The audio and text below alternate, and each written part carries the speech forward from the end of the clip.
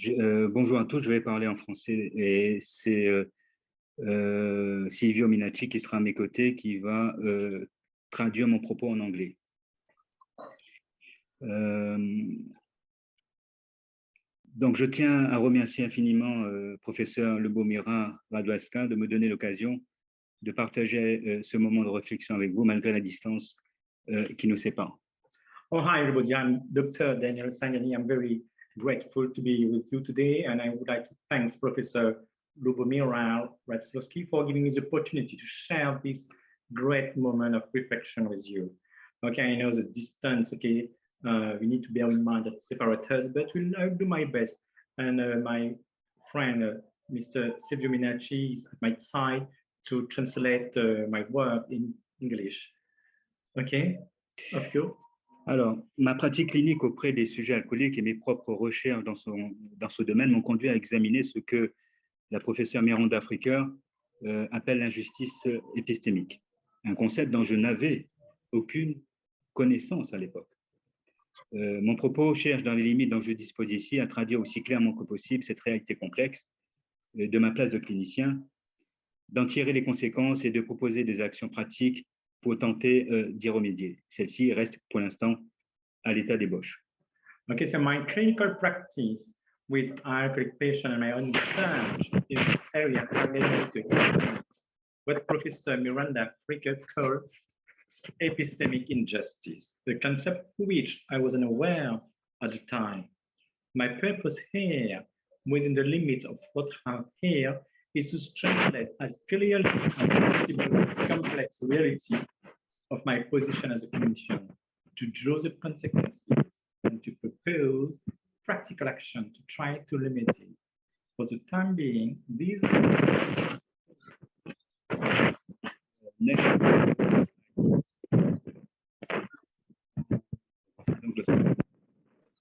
summary of my work. Alors, je ne vais pas revenir sur l'histoire ou la création de ce concept d'injustice épistémique, mais retenons cette idée essentielle, on l'a dit tout à l'heure. Il est possible qu'une personne ou un groupe qui tente de contribuer à un échange ne soit pas prise au sérieux en raison de son appartenance à un groupe non dominant. Elle se heurte donc à un biais lié à son identité sociale. Okay, I'm not going to go back to this explanation of epistemic injustice, but I'd like to remember this essential fact. It's possible that a person or a group of people who try to contribute to an exchange is not taken seriously because of their membership of a non-dominant group. They therefore face a bias related to their social identity. Next slide, please. Alors, c'est bien le cas de la stigmatisé par la société. Il est affligé d'un préjugé identitaire négatif, comme dit Fricker, mais ce qui le définit, à savoir la perte de liberté de s'abstenir de boire, le dote d'un caractère tragique. En effet, cette définition rend d'emblée insensée la notion même d'abstinence. Ici, on se réfère à l'éthique grecque. Elle éloigne l'alcoolique de ce qu'il y a de meilleur en nous, car la tempérance ou la maîtrise de soi, c'est-à-dire la sophrosyné, avoir tout son esprit à propos de soi-même, est une des grandes vertus de la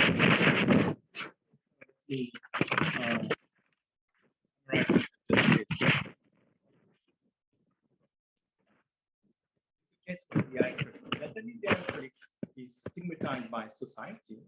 He or she is affected by a negative identity prejudice, as Fricker puts it, but what defines him or her, namely the loss of freedom that stems from drinking, the tragic character. Indeed, this definition makes the very notion of accident senseless from the start. What we refer to Greek ethics, it distances the alcoholic from what is lessness, or temperance, or self-control. So for Sune, having one's full mind about oneself is one of the great virtues of man. Next slide. Alors, dans la rencontre thérapeutique entre le soignant et l'alcoolique, il y a une réalité Dr. SINGAINY, sorry to interrupt. There's a lot of noise coming from your end. I think you're shuffling paper notes or something, and it's the microphone is picking it up, so we can't hear you. Excuse me. Donc, le soignant et l'alcoolique ne peuvent pas, en fait, se départir de l'objet alcool. L'un et l'autre sont enfermés dans une cage. Alors, une patiente m'a écrit ceci, et ce qu'elle dit de manière consciente soulève le problème de l'acrasie ou de l'acrasia et de l'intentionnalité. Donc, voici ce qu'elle me dit. Qu'est-ce qui m'a amené ici? L'alcool. Qu'est-ce qui m'a amené à l'alcool? Le manque de combativité. Pourquoi ne suis-je pas combative? Parce qu'on m'a habitué à subir. Qui ont? Mes parents, le viol, tout le reste. Pourquoi n'ai-je pas réagi? J'ai réagi. Comment? Par l'alcool. Okay, you're talking on the therapeutic encounter between the carer and the alcoholic. There is a reality, but it leads to some conclusion. The carer and the alcoholic can't get rid of the alcoholic object. Both are locked in a cage. One patient wrote to me, and what she says consciously raises a problem of acrasia or acrasia, a weakness of will, and intentionally. Look, I'm going to read the exchange. What brought me here? Alcohol. What brought me to alcohol? Lack of fighting spirit. Why am I not combative? Because I'm used to being subjected to it. Who? My parents, the rape, everything else.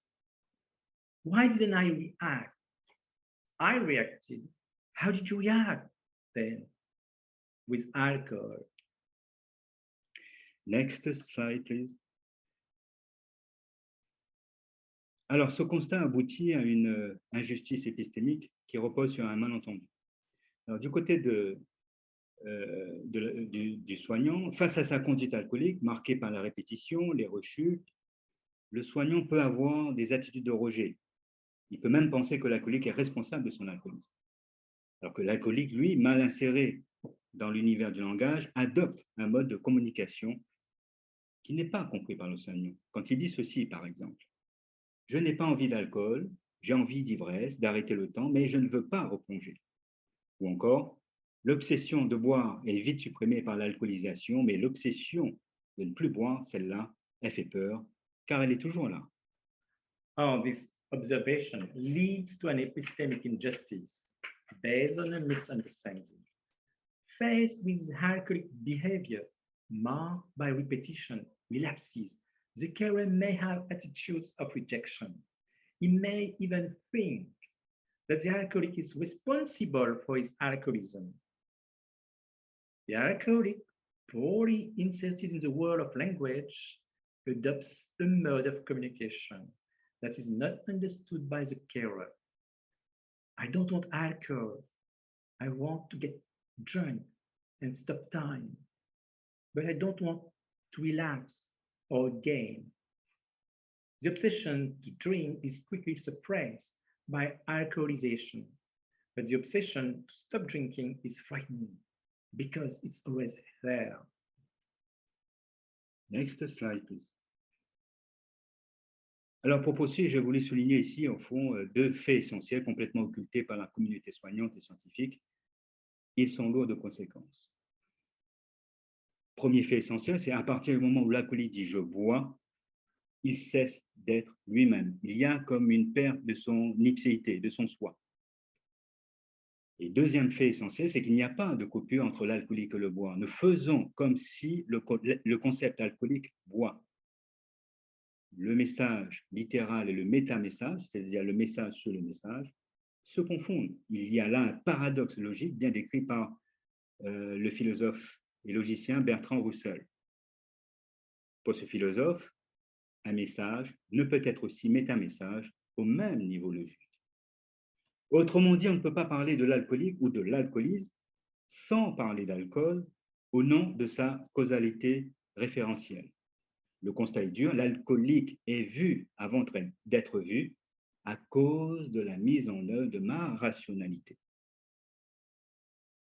So to continue, I wanted to highlight two essential facts that are completely hidden by the health care in the scientific community. They have serious consequences. First, from the moment the alcoholic says, I drink, he ceases to be himself. There is a kind of loss of his identity, of his self. Then there is no break between the alcoholic and the drinker. We act as if the alcoholic concept drinks. There is a logical paradox here, as Bertrand Russell puts it. In other words, we can't talk about the alcoholic or alcoholism without talking about alcohol in the name of its referential causality. The observation is harsh. The alcoholic is seen before being seen because of the implementation of my rationality. Next slide, please. Il y a comme une résistance à considérer le véhicule de l'alcoolique. Tout se passe comme si le seul problème, évidemment, de l'alcoolique, c'était l'alcool. Alors, il s'agit là non pas d'un problème banal de communication, mais l'omniprésence d'injustices testimoniales. Donc, en raison de préjugés défavorables à son encontre, la parole de l'alcoolique est décrédibilisée, et puis d'une injustice herméneutique. L'alcoolique, lui, n'arrive pas à mettre en mots sa souffrance. Donc, l'alcoolique échoue à se faire entendre. Il y a là comme une impossibilité, une limite. Oh, there is a kind of resistance to considering the alcoholic experience. It's as if the only problem of the alcoholic is the alcohol. It's not a tribal problem of communication, but omnipresence of testimonial injustice because of the unfavorable prejudice against him. The alcoholic's word is described an hermeneutic injustice. The alcoholic can't put his suffering into words. The alcoholic fails to make himself heard. There is kind of impossibility here, a limit. Next slide, please. Si l'alcoolique est tenu à l'impossible, force est de constater que la communauté soignante résiste également à cette réalité, poussée par sa propre logique, par son besoin de vouloir conclure, comme dit, pour reprendre l'expression de Flaubert, c'est-à-dire à représenter le non représentable, à nommer et à traiter ce qui lui échappe, au risque d'oublier l'homme qui est derrière son alcoolisme. If the alcoholic is held to the impossible, it has to be said that the nursing community also resists this reality, driven by its own logic, by its irrepressible need to want to conclude. To use Flaubert expression, to represent the non-representable, to name and treat what escapes it, at the risk of forgetting the man who is behind his alcoholism. Next slide. Si nous devons considérer l'alcoolique dans son humanité, il faut donc que le soignant soit prêt à expérimenter à contrario, évidemment, l'impossibilité pour l'alcoolique de ne pas être alcoolique.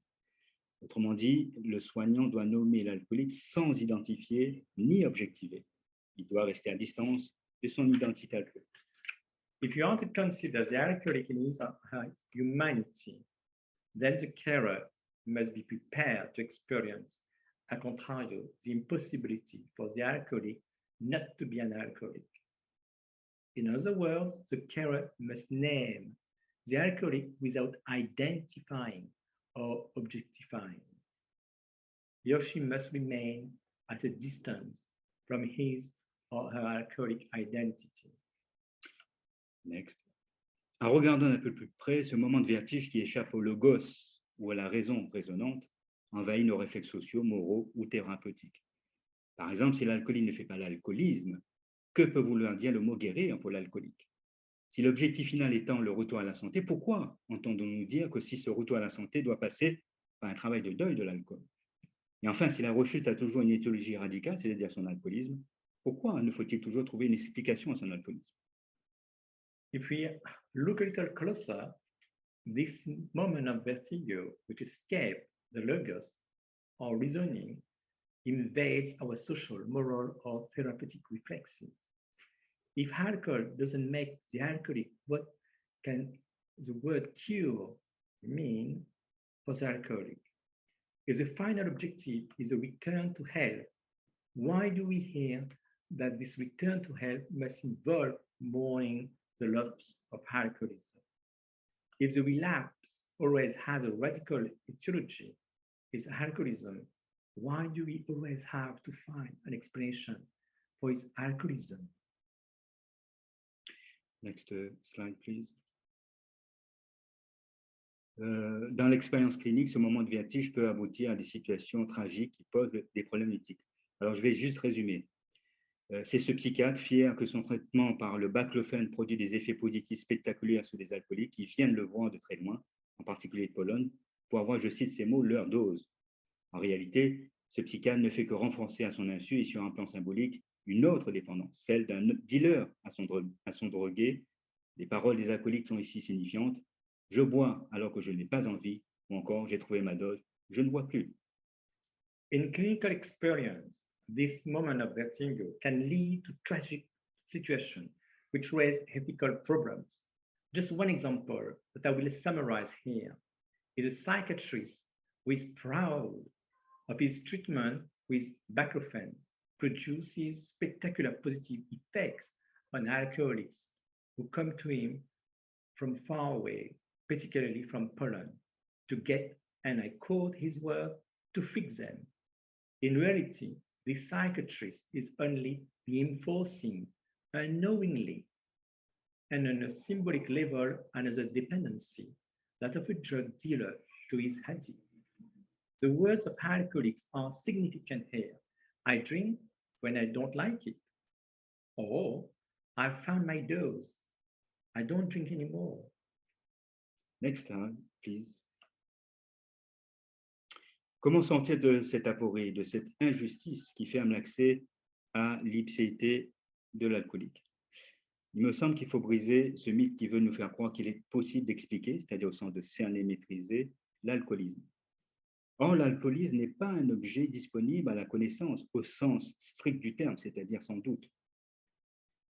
Car toute tentative pour l'expliquer ne fait qu'engendrer des malentendus supplémentaires. Nous sommes dans le domaine du comprendre, c'est-à-dire du vécu, mais aussi du phénomène, car l'alcoolisme révèle autre chose que lui-même. Le phénomène signifie alors, suivant Heidegger, ce qui se montre en soi-même le manifeste.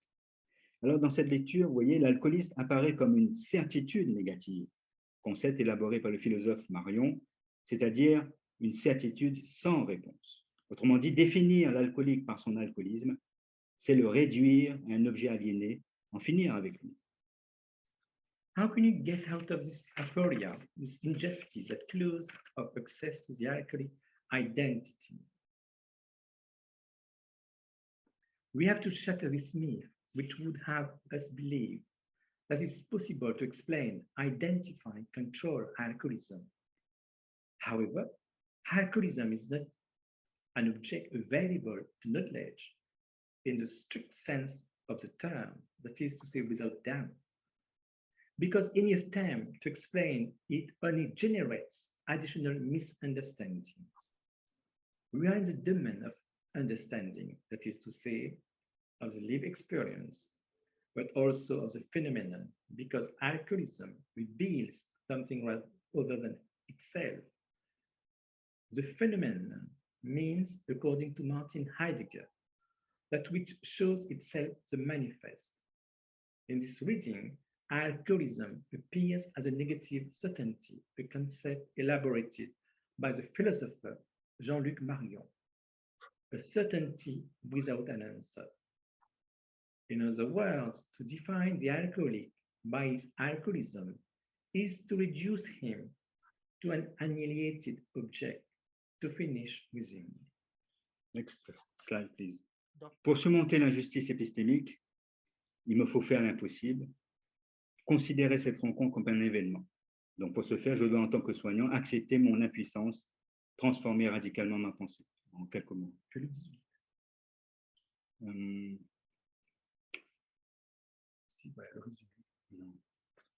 Next slide, please. Next slide, please.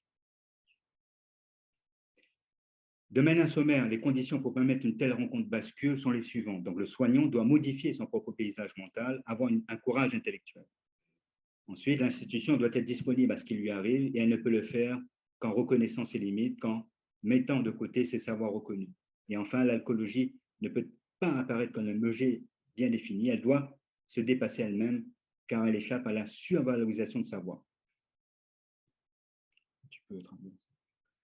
Diapo 15. Okay, so because we are short of time, briefly, the condition of such a typing encounter are as follows. The carer must change their own mental landscape, have intellectual courage. The institution must be available to what is happening to it, and it can apply, do so by recognizing its limit, by putting aside its recognized knowledge. Alcoholism can't appear as a well-defined object. It must surpass self because it escapes the overvaluation of knowledge. Alcoholism is too serious a matter to be entrusted to specialists, as Lucien Bonafé said. Je propose de placer au cœur du dispositif du soin la philosophie comme outil thérapeutique, car le phénomène alcoolisme nous fait toucher du doigt la question de l'être. Comment accompagner un être qui, sans cesser d'être ce qu'il est, désire être cet autre que je suis sans le pouvoir. Il nous fait confronter également une éthique de l'imprévisibilité.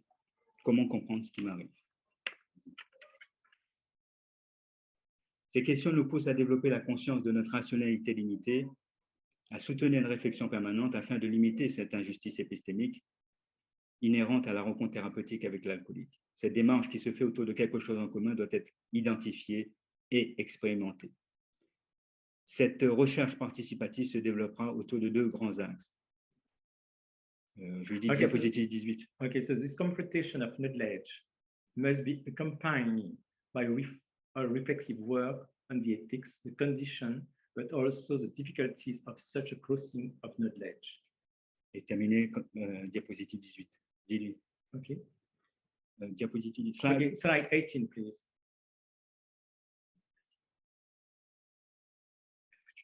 Next, OK.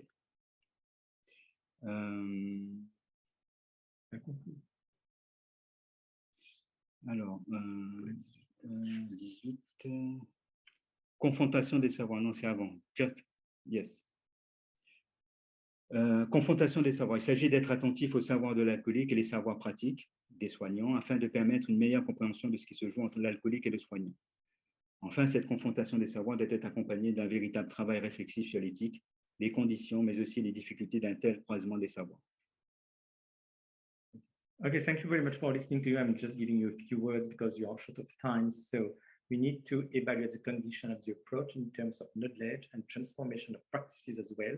Transcription of the report, alcoholics, analysis of the experience, of the experiential knowledge, caregivers, reflective work on the ethics of the actions, considers analysis of non-written supports, role plays, photo language, projective tests, Mario Berta's symbolic anticipation tests, and so on, analysis of the effects of the crossing of knowledge. C'est la diapo suivante. Next. Yes. So thank you for your attention. Thank you for your attention.